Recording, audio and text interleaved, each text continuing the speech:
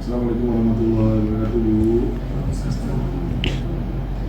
Ini Bu, kami mohon izin Bu, kami dari CGP Angkatan 7, yaitu dengan Bu Novarwani, Bu Mary, dan saya Prakanto ingin mengcoaching Ibu mengenai kasus-kasus dilema etika Bu.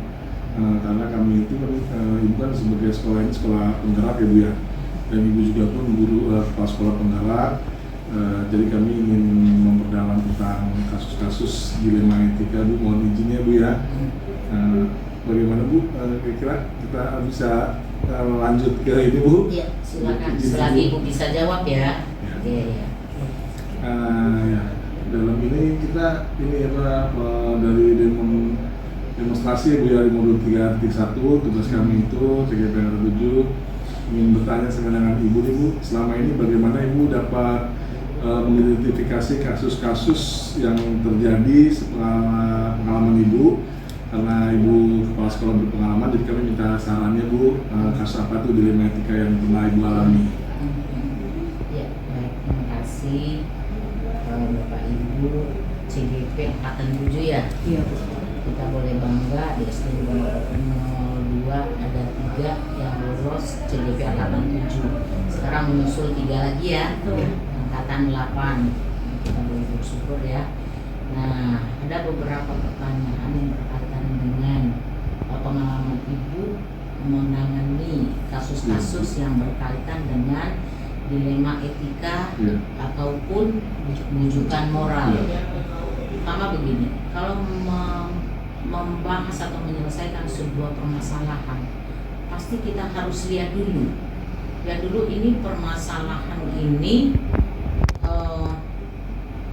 munculnya ini berdampak terhadap orang banyak atau terhadap pribadi. Ya, jadi di situ kita harus bisa melihat. Kalau permasalahan itu meskipun itu permasalahan dua-duanya itu sebuah kepentingan yang sama pentingnya, bisa saja terjadi. Mungkin dari sisi guru ini bagi dia ini merupakan kepentingan. Bagi kepentingan guru yang lain pun itu juga kepentingan, ya kan, dua-duanya kan sama. Tapi di sini Ibu harus lihat dampaknya ini terhadap yang banyak lebih beresikokah atau terhadap yang sifatnya sedikit yang risikonya. Jadi kita harus bisa melihat di sini, kalau Ibu ya selagi itu untuk kepentingan orang banyak, pasti Ibu akan lebih ambil itu kepentingan orang banyak. Satu, berarti dua-duanya kan sama penting ya. Tapi di situ kita harus ngelihat ini dampaknya terhadap orang banyak atau terhadap orang yang sedikit gitu. Itu satu. Yang kedua, Ibu juga mengacu kepada aturan yang berlaku ya. Karena apa, setiap pimpinan ini tidak boleh gegabah mengambil sebuah keputusan ya. Dia juga punya pertama dulu dia bisa berdiskusi dengan orang-orang yang ada di sekitar dia. Misal wakil kepala sekolahkah itu, adakah dia dalam struktur sekolah, atau misalnya dianggap guru seniorkah gitu ya. Nah jadi hal-hal yang demikian itu perlu kita lakukan. Jika memang di situ tidak ada solusi, pasti Ibu harus naik ke pengawas secara berjenjang, ke satlak atau sudin dan sebagainya. Jadi untuk mengambil keputusan itu pasti satu, melihat dampak dan risikonya, kemudian juga harus berkonsultasi dengan orang-orang yang dianggap yang kira-kira orang itu memahami situasi dan kondisi sekolah, kemudian juga orang itu masukannya bisa diterima. Kira-kira masukannya itu untuk kepentingan tertentu juga kah, atau untuk kepentingan orang banyak? Nah, jadi Ibu mengambil istilahnya kasusnya mengambilnya identifikasi segitiga institusi ya.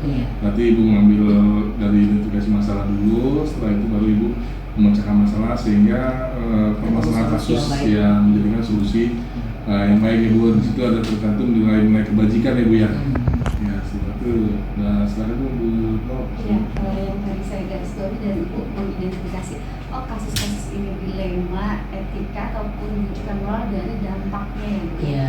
Apakah dampaknya itu buat orang banyak ataukah buat pribadi. Nah selama ini ketika Ibu mengambil keputusan berkaitan dua kepentingan yang sama-sama benar, apa yang harus Ibu lakukan?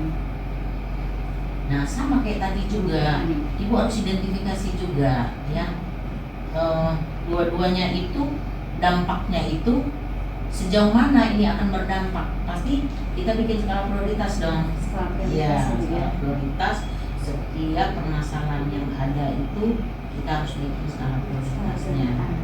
Sejauh mana kebermanfaatan dan dampak. Nah, ya pasti di situ akan ada ya. Kebermanfaatan kan dampak juga, tapi kan lebih positif. Tapi kalau dampak yang negatif pun kita harus bisa pertimbangkan. Dari situ kita harus bisa ngambil mana yang harus kita putuskan. Berarti membuat skala prioritas itu yang mana yang memang harus didahulukan juga ya, kemudian manfaat, kebermanfaatan dan dampaknya. Oke. Bu, yang selanjutnya Bu, ketika Ibu membuat suatu keputusan, kira-kira Bu langkah atau prosedur seperti apa sih Bu yang biasanya dilaksanakan sama Ibu? Yang pertama Ibu harus pelajari dulu permasalahan itu seperti apa ya. Kalau misalnya permasalahan itu sifatnya pribadi, pendekatannya pribadi ya. Tapi kalau masalahnya itu berkaitan dengan umum ya, pasti Ibu juga menyelesaikan itu dengan pertimbangan-pertimbangan yang sifatnya secara general ya. Jenjang juga Ya, pasti berjenjang. Setelah dipelajari permasalahan yang ada, nah baru kita pilah-pilah nih. Sebetulnya jawabannya di situ-situ juga ya. Nah, ini maksudnya ini lebih ke kasus ya. Lebih ke kasus ya. Nah, jadi di situ pun setelah kita pelajari, kemudian juga kita harus komunikasi dong. Ya.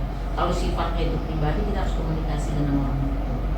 Nah, ada kala komunikasi itu bisa dilakukan secara apa ya? Kalau ada komunikasi itu yang harus Ibu panggil, misalnya bicaranya personal ya, secara personal.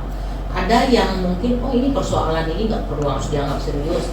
Misalnya pada saat rapat sentil aja sedikit tanpa nyebut nama orang, secara keseruan. Jadi karena apa? Terkadang ada kasus itu tidak hanya muncul pada satu orang ini. Iya kan? Ada mungkin beberapa orang juga muncul kasus ini gitu. Jadi bukan berarti Ibu sedang menegur pribadinya, tapi Ibu sedang menyelesaikan permasalahannya sambil mengingatkan karena apa permasalahan ini tidak selalu muncul untuk pribadi itu. Nah, jadi di situ kita harus lihat apakah ini sifatnya pribadi ataukah ini sifatnya secara umum gitu. Ya, jadi Ibu, hal-hal apa misalnya Ibu yang membantu Ibu untuk mengambil suatu keputusan Ibu ya.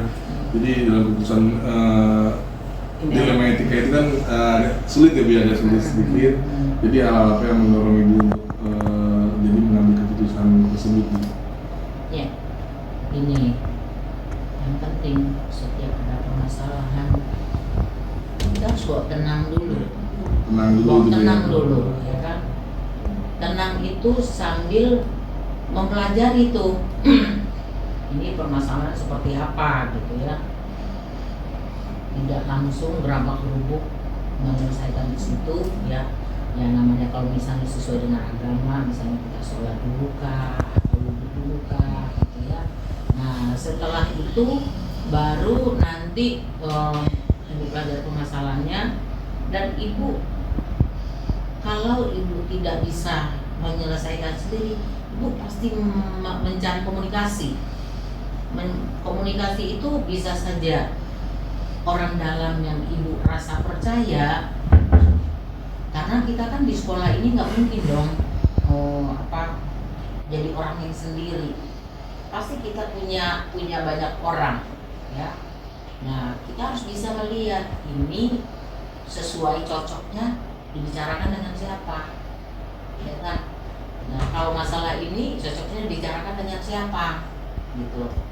Nah, kemudian untuk mencari orang itu tuh kan kita juga udah lihat ini orangnya bisa dipercaya atau tidak, itu harus kita lihat. Nah, kemudian tidak jarang juga ibu harus berkomunikasi dengan sesama kepala sekolah, ya, dengan sesama kepala sekolah yang menurut kita kalau saya bicara dengan dia kan ada solusi, yang ngapain gitu ya. Pasti kita harus cari orang yang menurut kita pemikirannya bisa menyelesaikan permasalahan, bukan merumit, bukan memperuncing sebuah persoalan. Kemudian lagi yang tidak pernah kita lupakan, karena kita kan punya atasan, ada pengawas, ada satwa, ada ya secara berjenjang lah. Selagi itu kalau memang persoalan dinas kita harus begitu tuh ya. Kalau persoalan pribadi ya nggak perlu keluar, kita harus pilih ya, ini persoalan pribadi kah atau persoalan kedinasan gitu. Jadi kalau persoalan pribadi ya kayak gitu tadi ya, kita harus bisa bicara dengan orang-orang yang menurut kita bisa dipercaya, dan bukan artinya untuk mengeluarkan aib, tapi lebih kepada mencari solusi. Karena apa, persoalan itu persoalan itu akan selesai ibarat pepatah, berat sama itu benar sama solusi. Bu, selama ini ketika ibu mengambil sebuah keputusan pasti ada tantangan-tantangan yang pernah ibu hadapi.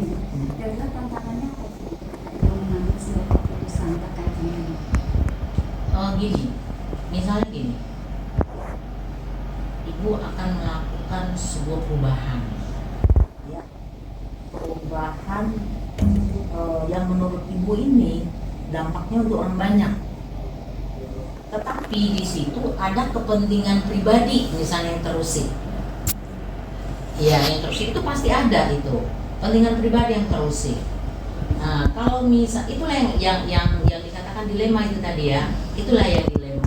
Tapi ibu akan melakukan segala sesuatu itu kalau ibu tidak lari dari aturan.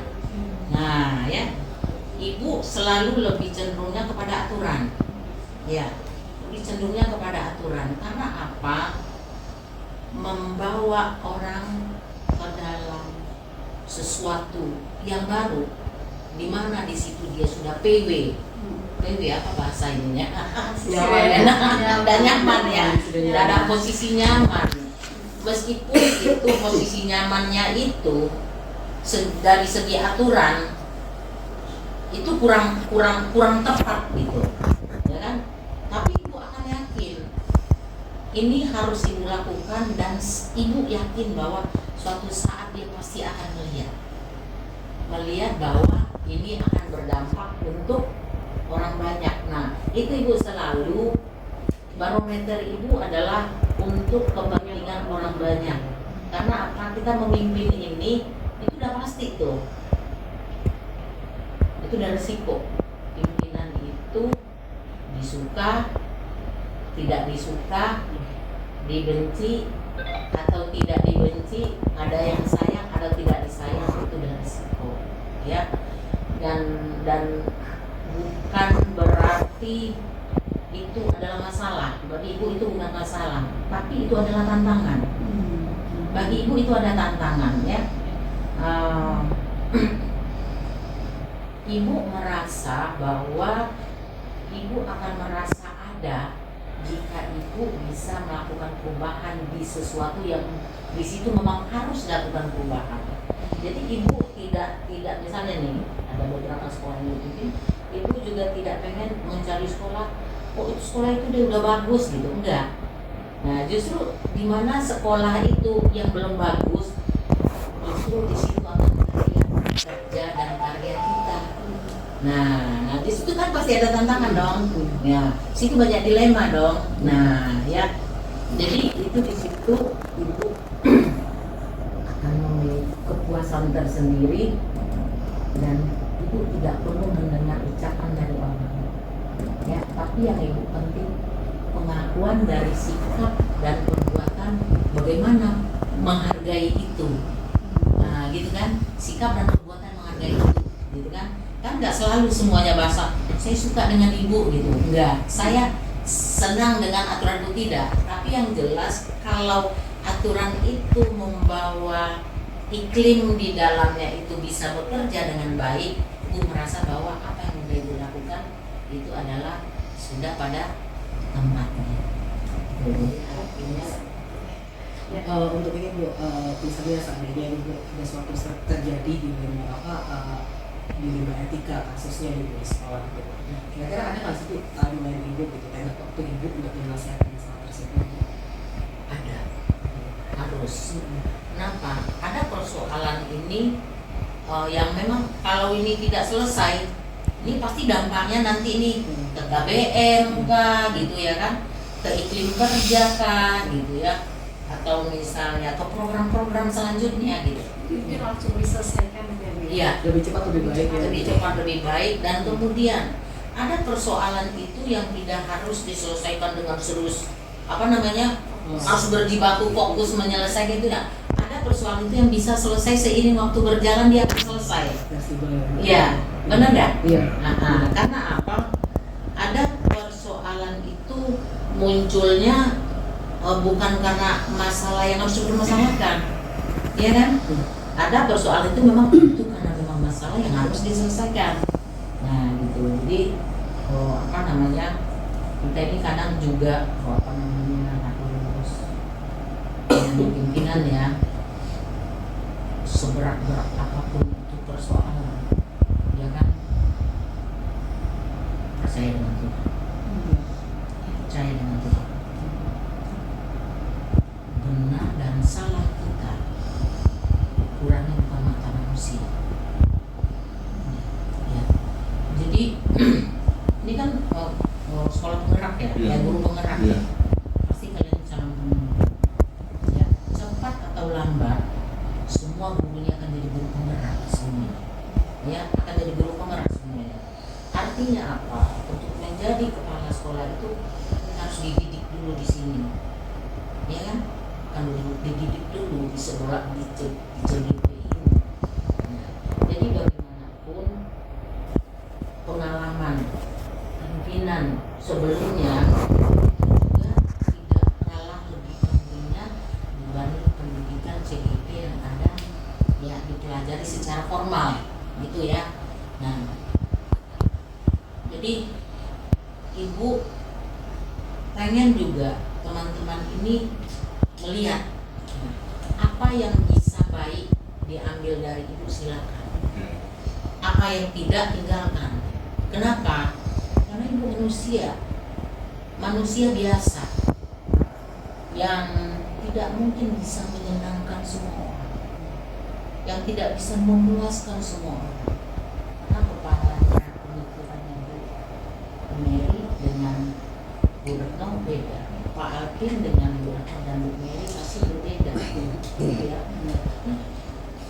Jadi oleh sebab itu tolak ukurnya bagi ibu adalah jika memang sekolah ini berjalan dengan baik, ya kan? Artinya apa? Permasalahan-permasalahan yang berarti itu tidak ada, ini masih jalan KBM-nya, ya kan? Anak-anak masih belajar dengan tenang, ya kan? Nah, yang namanya membuat masalah itu kan bermacam-macam orang, tergantung pemikiran orang masing-masing. Nah, disitulah ibu percaya bahwa dalam menghadapi permasalahan itu yang terpenting adalah kita yakin bahwa apa yang sudah kita lakukan itu sesuai dengan aturan, dan kemudian yang paling penting itu adalah komitmen, kemudian juga tegas itu perlu. Bukan berarti orang tegas itu galak, bukan berarti orang tegas itu pemarah. Tegas itu artinya apa? Dia sedang menegakkan aturan. sementara di sini nih orangnya banyak nih, ya kan? Ada orang yang nggak mau nih aturan ini ditegakkan karena kepentingan pribadinya terganggu. Ada orang yang ini, nih kalau kayak begitu aturannya saya nggak dapet deh ke situ. Ada kan? Kalau aturan ini dibuat misalnya gitu, terus saya nanti begini gimana ya? Nah gitu ya. Nah makanya dibutuhkan di situ adalah ketegasan. Jadi kalau di sini pimpinannya boleh nggak goyah hanya kepentingan pribadi 1, 2, 3. Nah Ya. itu berarti kepentingan orang banyak Ya. dong. Kembali kepada kepentingan orang banyak. Nah gitu. Jadi segala sesuatu itu yang dibutuhkan memang jiwa-jiwa kepemimpinan itu kan ada ya. Ya. Tidak selamanya kita harus menggunakan demokratis. Tidak selamanya juga kita harus otoriter. Ya, kan itu ya. Biasa kepemimpinan itu kan sering dua ya. Demokratis dan otoriter. Ya, demokratis ini dia musyawarah aja terus sehingga terkesan kan pelin-pelan ya. Tapi kalau demokratis saja kita otoriter saja itu seolah kita tidak mendengarkan masukan dari orang, tidak melibatkan orang, ya kan? Nah, jadi dua-duanya itu harus berkolaborasi dan harus kita gunakan sesuai dengan situasi dan kondisi dan harus jadi selaku manusia itu manusia biasa yang juga terkadang belum tentu bisa memuaskan keinginan semua orang ya. Jadi yang terpenting di situ adalah kepentingan orang banyak. Iya ini Bu, yang selanjutnya Bu, faktor-faktor apa Bu yang mempermudah istilahnya Ibu tuh mengambil suatu keputusan dari kasus tersebut, ada pendukungnya atau faktor apa gitu Bu, jadi memudahkan Ibu tuh mengambil suatu kasus dilema etika Bu. Berarti dilema etika itu yang dua-duanya Iya, benar Bu, jadi kita sama menimbang benar memilihnya ya. Bu ya. Iya. Iya, yang pertama dulu lihat dulu kasusnya ini apa. Apakah ini sifatnya pribadi atau sifatnya kedinasan? Kan ada ya yang sifatnya kalau pribadi itu mungkin kaitannya emosi pribadi ya. Tapi kalau misalnya kedinasan berarti itu kan ada tahapan-tahapan yang harus dilalui secara kedinasan. Nah, yang faktor-faktor yang sangat mempermudah Ibu adalah Ibu harus kenali dulu, harus mengenali. Identifikasi masalah dulu. Nah, harus dikenali, harus diidentifikasi gitu. Nah, setelah dikenal dan identifikasi, pasti kita juga seperti yang tadi harus bisa saja menyelesaikan itu berdasarkan pengalaman yang sudah yang pernah dilalui. Kemudian juga bisa dengan cara diskusi, kemudian bisa saja diskusi dengan orang-orang yang kita anggap bisa dipercaya tadi, dan tidak jarang kita harus baca referensi buku atau nonton YouTube atau misalnya kayak Ibu itu linknya misalnya taruhlah bukan orang Duren Sawit saja gitu ya. Ibu tidak jarang harus diskusi dengan teman-teman yang lain yang sifatnya di luar orang kecamatan Duren Sawit, bisa saja dengan teman-teman yang sesama kepala sekolah penggerak. Nah, kalau misalnya masalahnya berkaitan dengan kedinasan sekolah penggerak, ya Ibu minta pendapat atau diskusi dengan komunitas sekolah penggerak. Ya. Ya. Terakhir ya. Oke, dari semua yang udah Ibu sampaikan nih, pembelajaran apa yang bisa Ibu petik dari pengalaman Ibu ketika mengambil keputusan di tengah etika? Ibu merasa puas dan bersyukur kalau keputusan yang Ibu ambil itu manfaatnya itu bisa dinikmati orang banyak. Itu aja ya, memang terkadang dampak keputusan yang diambil itu bukan pada saat itu, dampaknya itu bukan pada saat itu, pasti ada waktu ya.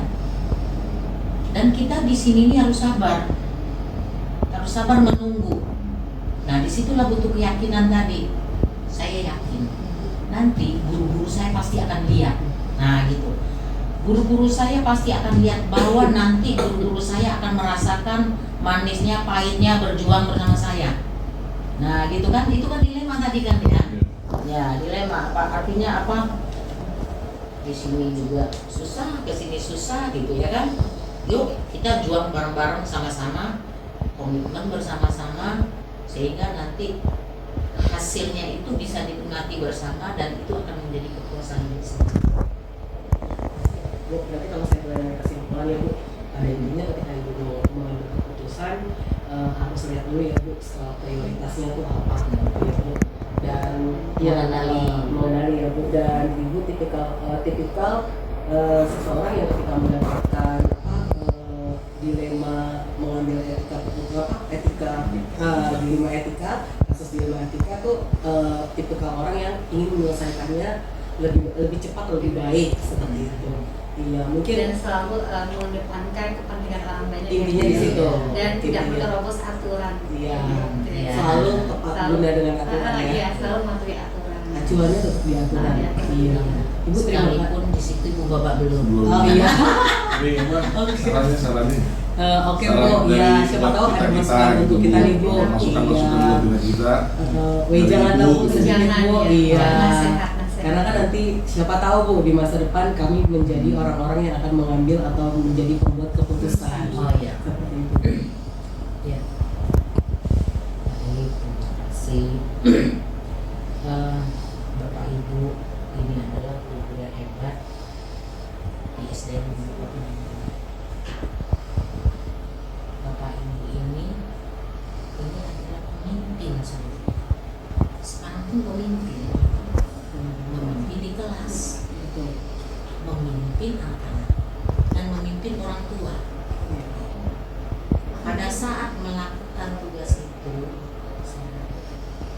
lakukanlah tidak mengedepankan kepentingan pribadi. Ya. Kemudian dalam setiap mengambil keputusan,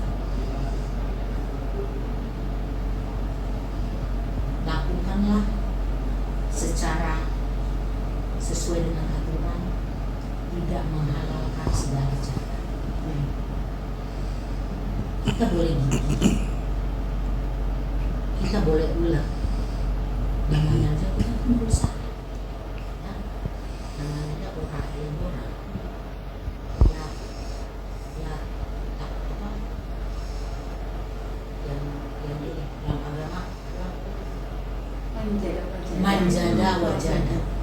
manjada wajada pasti dalam agama pasti ada lagi istilahnya. Jangan halalkan semua cara dalam mengambil keputusan, dalam menyelesaikan sebuah persoalan. Harus juga memandang dari kepentingan siapa ini. Ya. Siapapun teman-teman pasti tetap punya atasan, ya kan? Nah, ibu punya atasan, teman-teman juga punya atasan. Tidak semua apa yang keinginan kita itu kita kedepankan, tetapi kita juga harus melihat, pindahkan posisi kita. Andai saya berada pada posisi pimpinan pada saat sekarang, karena apa? Kan mau jadi pimpinan kan? Iya. Sekali-sekali teman-teman tuh boleh pindahkan posisinya kepada posisi ini.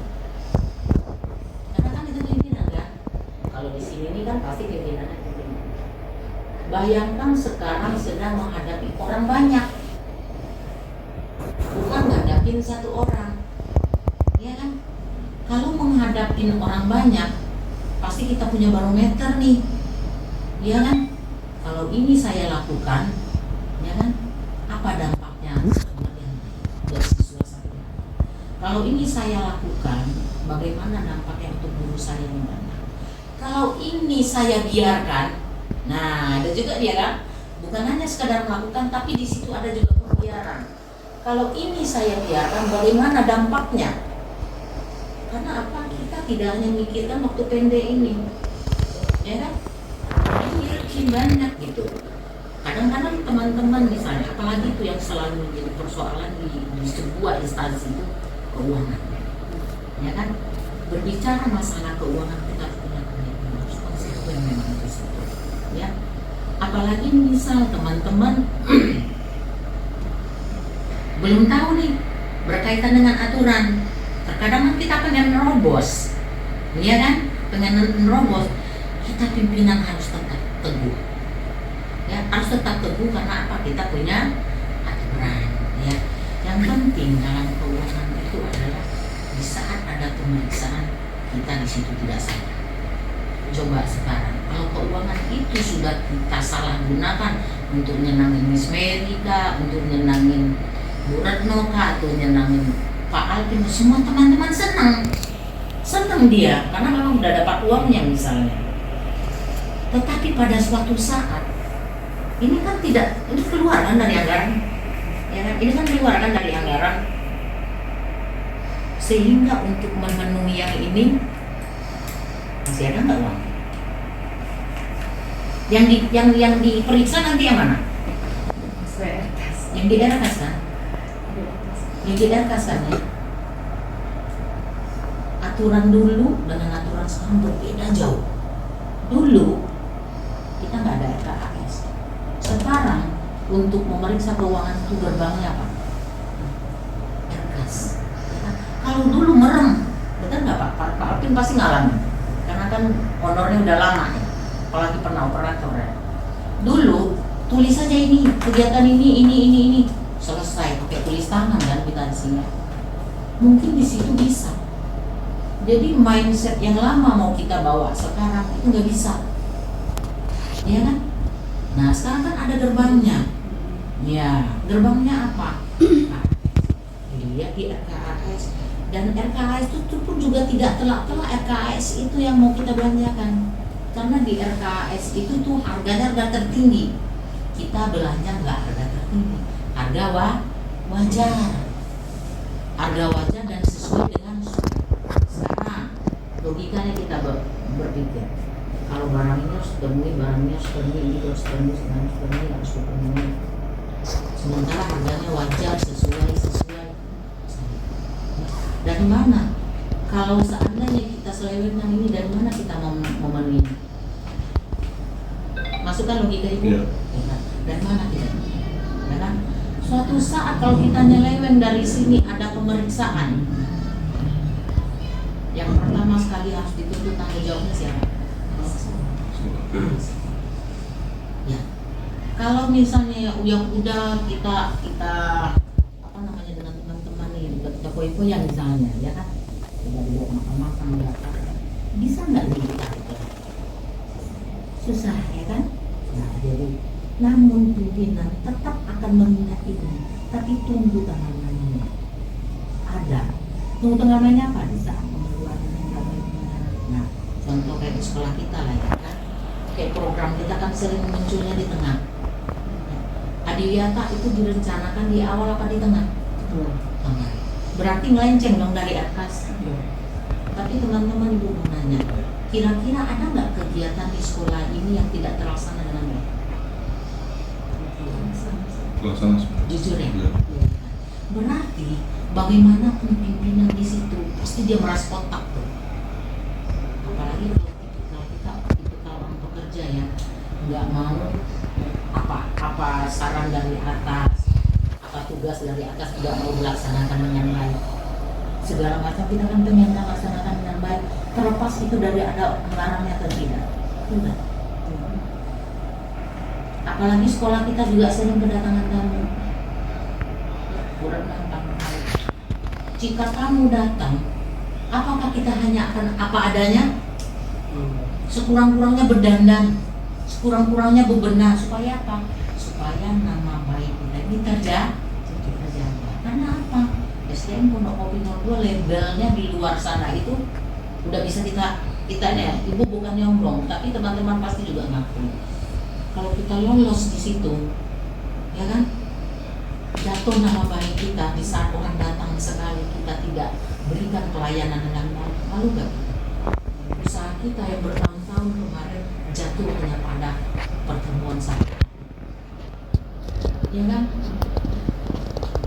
Misalnya itu, jadi lakukan segala sesuatu itu sesuai dengan aturan. Jangan goyah meskipun itu banyak rintangan, harus lebih ya, maaf itu tidak mesti harus harus jadi ibu kadin dunia, ya kan? Teman-teman ada nggak merasa kegiatannya tentang CGP merasa terkendala? Tidak. Nah, itu kan artinya sebuah kerjasama yang baik, ya kan? Kerjasama yang baik. Kemudian juga teman-teman di sekolah ini merasa potensinya merasa tersalurkan enggak?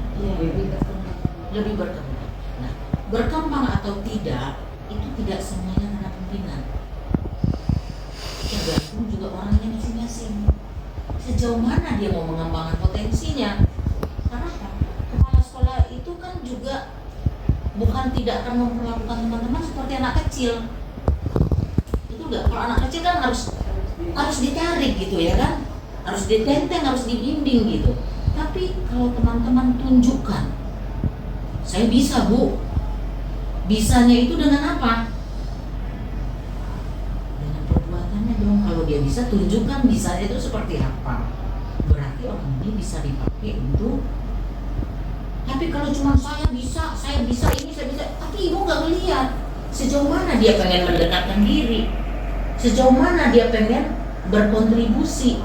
Mana tahu dia memang lagi tidak mood, mana tahu dia punya kepentingan yang lain, mana tahu dia pada saat itu lagi kurang sehat, mana tahu dia pada saat itu di rumah ada masalah. Kalau kita mau berkontribusi besar tuh pasti di situ menyita waktu, menyita tenaga dan pikiran. Jadi oleh sebab itu sebetulnya ibu yang perlu teman-teman itu beri masukan, ya, beri masukan. Kemudian juga masukan itu tidak mesti harus duduk di sini, ya. Makanya ibu juga kalau ngobrol dengan orang-orang kan nggak mesti harus duduk di sana, juga bisa ngobrol. Percayalah, kalau ibu ngobrol dengan teman-teman tidak ada mempromosi saja, tapi lebih kepada kerja. Mungkin bosan kali ya. Kalau kamu, Bruno ini gimana ini. Miss Mary ini bagaimana ini. Nah gitu ya kan. Jadi tergantung orangnya juga. Nah kalau ibu itu tergantung orangnya juga. Sejauh mana orang itu mau membuka diri, sejauh itu pula ibu mau masuk ke dalamnya. Kenapa? Karena kita bukan anak-anak, tapi kita adalah orang dewasa. Dan apalagi ada jabatan guru di situ. Ibu ini guru sebenarnya, bukan kepala sekolah, lebih kepada guru. Jadi itu cuman mungkin silakan diambil dari cerita yang panjang, silakan diambil, silakan dipotong, ambil mana yang bisa diambil, buang mana yang bisa di. Terima kasih banyak ya Bu. Ya, atas waktunya, atas sharingnya pada siang hari ini Bu. Semoga bermanfaat bagi kami bertiga ya. Salam Bu, terima kasih. Terima kasih Bu ya. Assalamualaikum.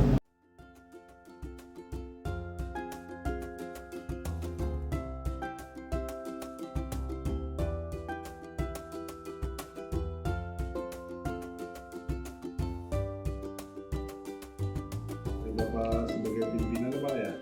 Pimpinan itu kan biasanya kan ada kasus-kasus istilahnya dilema etika itu yang membuat keputusan itu sangat sulit ya Pak, serba salah ya Pak ya. Kira-kira menurut Bapak pengalaman Bapak tuh bagaimana tuh tentang masalah kasus tersebut Pak? Apa yang telah terjadi di sekolah Bapak pimpin atau bagaimana Pak? Ya, yang Bapak alami, karena kita harus misalnya kasus yang entah itu anak murid atau guru dengan guru atau guru dengan murid, kita lihat dulu apa yang latar belakangnya dulu. Iya Pak. Misalnya tentang guru ini yang sering misalnya lama, ini kita lihat dulu latar belakang apa sih, kita pendekatan dulu ya. Oh iya Pak, pendekatan Ya, pendekatan kenapa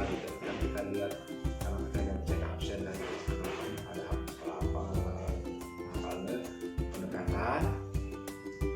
Lalu kan dia curhat gitu, Iya. oh Pak saya begini, oh gitu. Nah kita kasih gambaran, kita kasih solusinya. Nah, seperti itu misalnya, oh ini tentang anak Pak sampai Oh, iya. tidak salah nggak membantunya ini bisa cepat lagi datang ini karena kan tugas ini kita lagi Iya. kan membantu boleh diangkat. Nah, kita tugas itu lebih utama kan gitu aja kita kasihnya. Misalnya hari itu udah cukup, jadi jangan terlalu diforsir biar dari udah pelan-pelan. Iya, iya, Pak. Nah itu memang banyak sih pasti kita tantangan yang masih banyak masalah, tapi ya alhamdulillah semua itu bisa teratasi. Supaya istilahnya kita mengambil ikan dalam kawan supaya air terpening dan gitulah. Oh, iya. Jadi sama-sama enak, kita saling terbuka. Nah, itu terus misalnya ada lagi juga kadang-kadang ibaratnya mau cara kita kan lihat dulu misalnya apa sih dia masalahnya, kita tanya dulu ke rekan siapa dia yang dekat dengan dia, jadi tahu oh Pak ini apa Pak ini apa bisa ini, jadi kita udah tahu dulu ininya. Karakter gurunya ya Pak ya. Iya, kalau Kunci gurunya sekolah juga. kadang-kadang memang ada guru yang tidak memahami kondisi sekolah. Iya Pak. Itu susah sekali sekarang. Sampai saat ini pun ada dia bicaranya di luar grup yang nggak ada pimpinannya. Nggak pada tempatnya ya Pak ya. Nah, tapi itu bakal tetap nyampe ke kita Pak. Iya. Begini oh ya udah nanti. Nah, jadi kita ambil ya pendekatan lagi itu, pendekatan itu gak mempan, ya udah kita pada saat depan umum ya kita sindir. Begitu. Kita Jadi tantangannya Pak, tantangannya itu kan semacam keputusan itu ya Pak. Iya. Ke bajikan penilaian ya Pak ya. Hmm. Nah itu tantangannya Pak dalam Iya. kasus mengambil kasus tersebut. Iya. Tantangannya apa tuh Pak ya? tantangannya ya kita harus berani benar-benar ini memutuskan. Kalau kita udah tahu atau bahkan ya kita harus memutuskan misalnya tidak ya tidak gitu. Kalau misalnya oh ya silakan gitu. Jadi kita lihat ininya dulu apa kondisi. Misalnya tadi biasanya kan tuh kalau udah ada tambahan ekskul tuh Iya Pak. lambat aja, Iya. wah langsung. Nah itu kita udah kasih gambaran ini seperti ini begini, gitu loh. Oh ini dana memang belum turun, harap sabar gitu. Bukan bapak aja yang kita tangani, sini banyak. Dah. Berarti dalam Bapak menyelesaikan kasus dilema etika itu berarti Bapak mempunyai tahapan-tahapan ya Pak? Iya, Tahapan tahapan program nggak langsung. bisa sekaligus kita. Iya, gitu ya. Ibaratnya kayak mematahkan rantai itu Iya. lebih parah itu nanti. Oh, iya. Malah jadi kita bukannya menenangkan malah jadi memperkeruh kalau gitu. Itu. Jadi kita lihat dulu ini Lihat sudah dulu, dekat. ya. Nah, biasa kan ibaratnya kalau di kelas tuh teman sejawat gitu. Iya, teman sejawat, Pak, ya. Kayak gitu anak baru gitu. Kayak dengan anak-anak ya dulu dengan anak tuh biasa suka ada juga. Kita lihat dulu kenapa anaknya seperti ini. Kita lihat latar belakangnya jadi bertahap, nggak sekaligus kita langsung ini enggak. Kita pertama yang kecil dulu, terus tahap kedua, tahap ketiga jadi bertahap lah, nggak bisa istilahnya selesai gini langsung kita nggak bisa kita Jadi istilahnya Bapak mengenal karakter jati diri guru tersebut, siswa Iya. tersebut, Iya. terus mengatur istilahnya mendiskusikan masalah tersebut, terus habis Iya. itu menyelesaikan apa ya, sehingga betul. permasalahan itu tidak akan terjadi kembali. Iya. Kayak semacam segitiga institusi Pak ya. Nah, tapi kalau misalnya guru tersebut kita sudah pembinaan sekali dua kali itu ada catatan kita Iya. beliau tanda tangan udah bertahap itu masih belum ini kalau nggak mau kita harus ambil tindakan tegas. Tindakan tegas. Terus istilahnya SP1 lah misalnya gitu. Kalau SP1 kan berarti peringatan sekali. Apalagi ibaratnya memang ya anak zaman sekarang kan tuh yang mungkin dia masih muda, egonya tinggi. Iya Pak. Nah, itu yang ini jadi kita juga harus bersabar juga. Jadi itu ini Pak ya, jadi Bapak sudah kira-kira sudah banyak menangani kasus dilema etika ya Pak? Ya, Pengalaman betul. Bapak tuh Iya. kira-kira pengambil untuk keputusan yang besar kan kalau yang dilema etika itu kita istilahnya kayak serba salah ya Pak ya? Betul. Nanti misalnya kita mengambil keputusan ini, terus ternyata mau keputusan itu, cuman tadi kan Bapak sudah bicara istilahnya harus tegas ya Pak. Iya. Harus tegas dan harus melihat faktor karakternya murid atau gurunya, terus juga mengenai permasalahannya gitu Pak ya. Nah untuk seperti itu Pak, pengalaman apa lagi Pak yang kira-kira buat diterapkan gitu, Pak? Ya diterapkan ya satu ya, kita mau nggak mau harus disiplinkan semua yang ada di lingkungan warga sekolah ini. Jadi bukan hanya 1-2, seluruhnya, supaya apa maksudnya, supaya jangan sampai kena virus-virusnya gitu. Oh, iya. Jadi kita Merambat ya Pak. nah begitu, jadi mau bagaimana cara kita mekat gitu. Iya, kita juga harus sering berdekatan, sering ya istilahnya ngobrol bercanda. Tujuannya ya kita ingin tahu sampai sana. Dia mau jadi kita udah pahami. Cuman memang ada kadang-kadang Pak kok Bapak kayak anak masih dulu. Jadi kita tinggal ngebalikin aja. Oh situ mau seperti dia. Oh baik kalau gitu kasih penyakit ke kamu ya sehat. Atau gimana gitu. Emang kadang suka kita nggak mungkin dia, memang kita kasih gambaran gitu. Ini mungkin guru ini nggak tahu pilihan dia keluhannya apa. Kan kita juga nggak mungkin mengubah keluhan orang kita. Kalau misalnya dia sampai ini memojokkan itu baru kita kasih gambar ini loh, dia terus seperti ini. Kamu mau seperti ini? Ya nggak mau. Oh iya. Mau ya udah kamu harus ngerti. Gitu. Iya nih Pak. Ini Pak untuk ini Pak, aduh saya terima kasih Bapak. Sarannya kan itu Bapak sudah mengambil keputusan tuh Pak ya. Misalkan sarannya dari pengalaman Bapak, sarannya apa tuh Pak ya? Untuk Ya saran saya sih ya, dilematika itu yang supaya bagus.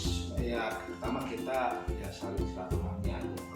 Ya intinya kita saling sharing, kita saling mendekati diri dengan semua guru-guru di sini. Terus misalnya kita ingin membuat aturan, kita lemparkan kepada guru-guru. Iya. Nah, gimana nih? Demokrasi ya Pak jadi. Iya, punya rencana akan seperti ini loh kita gini-gini. Bagaimana? Ada setuju nggak? Kalau misalnya setuju, apa alasannya? Kalau tidak setuju, kenapa? Gitu. Oh, iya. Kita Bapak ambil suatu banyak.